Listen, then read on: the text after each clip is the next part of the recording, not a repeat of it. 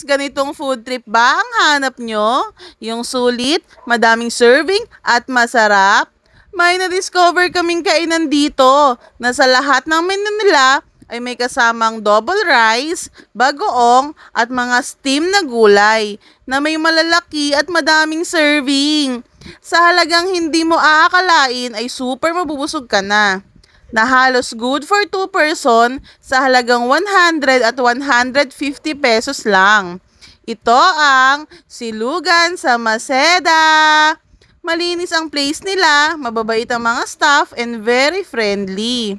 Unang step syempre, pila kayo, then order, bibigyan nila kayo ng number, then antay na lang tawagin.